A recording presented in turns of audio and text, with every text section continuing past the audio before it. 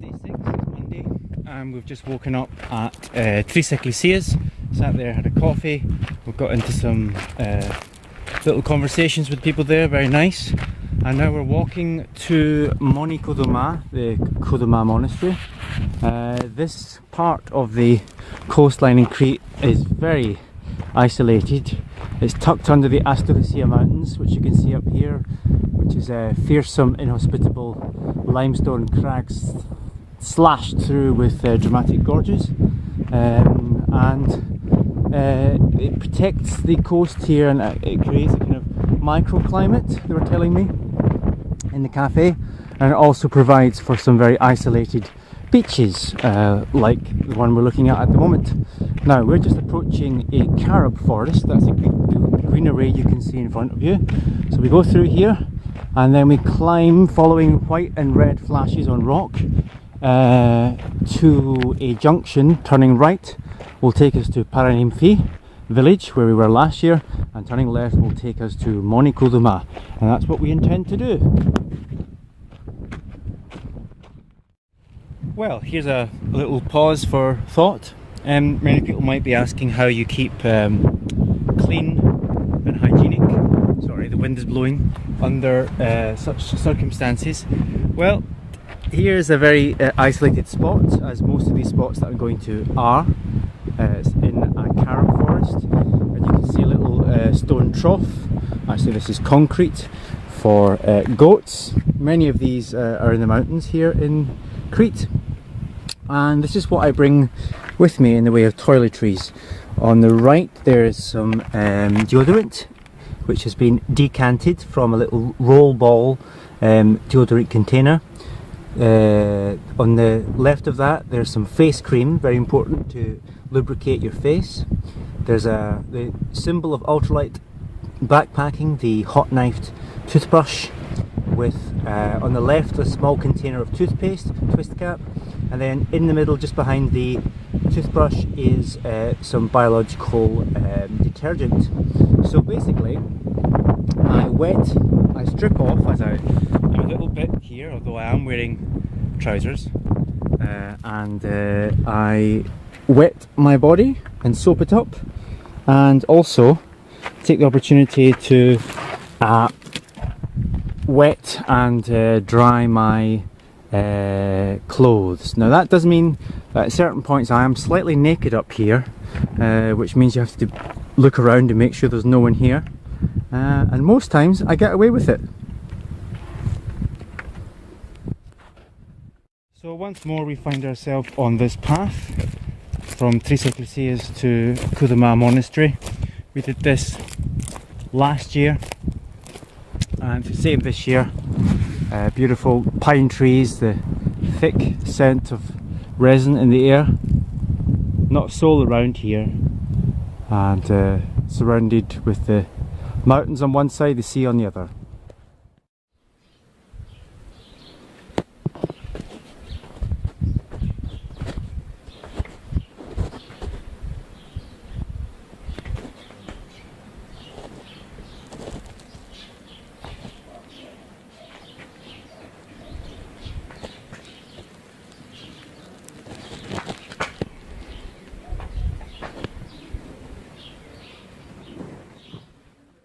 Here we are, as you can see from the sign, at the monastery of Ios Ioannis, in Ios Ioannis, the little village on the sea.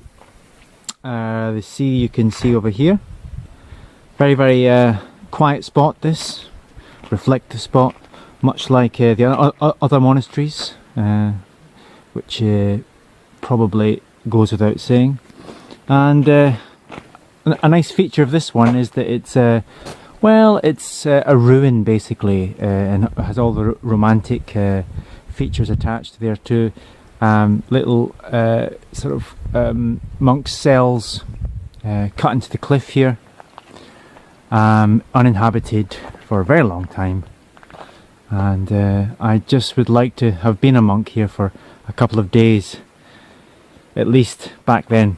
This big bush, well, this is basil, the biggest basil bush I've ever seen in my life. Nice. The section that we missed out on last year because we didn't have a map. We didn't know that this track existed. It's really very wild and isolated. There's no sign of human habitation here at all. And it's a mixture of like olives, I think. Fairly sorry looking for themselves. Trees, if you can put it that way. There's an eagle up there soaring. Just crags and scrub and brush and things. There's no sign, there's no goats here that I can see. No shepherds, anything like that. Perhaps later on. It's quite surprising that there isn't. And then I guess we go up and over this promontory here to get to Tripiti. If you ever want to walk this, you come over that saddle on a dirt road, and then there's two dirt roads. One goes off up the saddle and one goes off down here. You need to walk about 20 meters up the road that goes from the saddle. Very, very faint track that goes across the hillside like this. So I think it just goes higher than these cliffs. Yeah, there's some shepherd's pen there, and then here you go down into a gorge and then up the other side, and then after that you get to this brow and it should become easier, let's hope so. So here we are at 7:15 at Tripiti, another little place called Tripiti, meaning full of holes, and it's quite dark as you can see.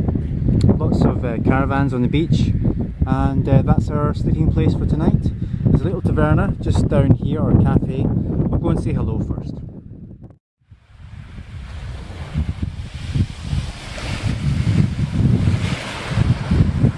So this is where we spend the night, on Tripiti beach, and a little alcove which I've just found just here in this little alcove. So not a bad view, very shaded obviously. It's actually still warm in there, little oven.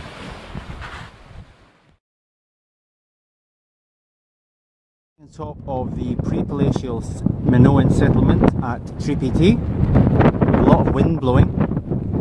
Pre-palatial means it's about 2,000 years before Christ, so about 4,000 years old at least, and split into little compartments here on top of a hill overlooking the beach and the sea. You can make out little individual rooms, of course, and little beds. So a lot of the masonry is intact. Very atmospheric place. Well, here we are sitting on the peak of Kofinas mountain, the highest mountain in Asturias, 1,230 I think meters, and the actual peak is just over here where you can see a little flag, a little church. That's where I've left my pack, and I've come here to get a nice view of the coastline basically, that shows you where I've been walking past couple of days since I entered the Asturias. Down here you have the Monastery Kuduma. We come in via this winding road, shortcutting it with the trail, and the entry point was over this pine bluff, and we walked along the coast to Ayas Yanis here, and then we left and went along the coast. That was for the first time that I'd done that little part. That's a really nice beach I discovered, and then this is difficult going on to Tripiti where we spent the night last night.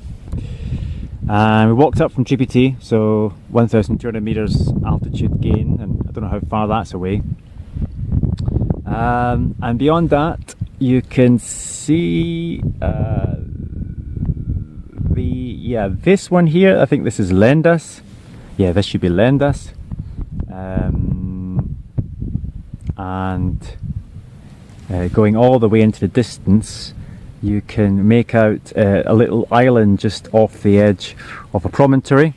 That's Ayo Farago, the Holy Gorge where I descended last year, and it's the start of the Astudillo. Then there's a big corner of sea, and then the mainland of Crete starts away here in this direction again, with Rethymno district. Over there is Psiloritis. So that really gives you a good overview of where you can walk here in the Astudillo, and if you come up to Kofinas you can see it all. And soaring birds of prey, it would seem. Don't know who this little fella is. Maybe someone can tell me. But pretty impressive that you can do that. Hover there in the air.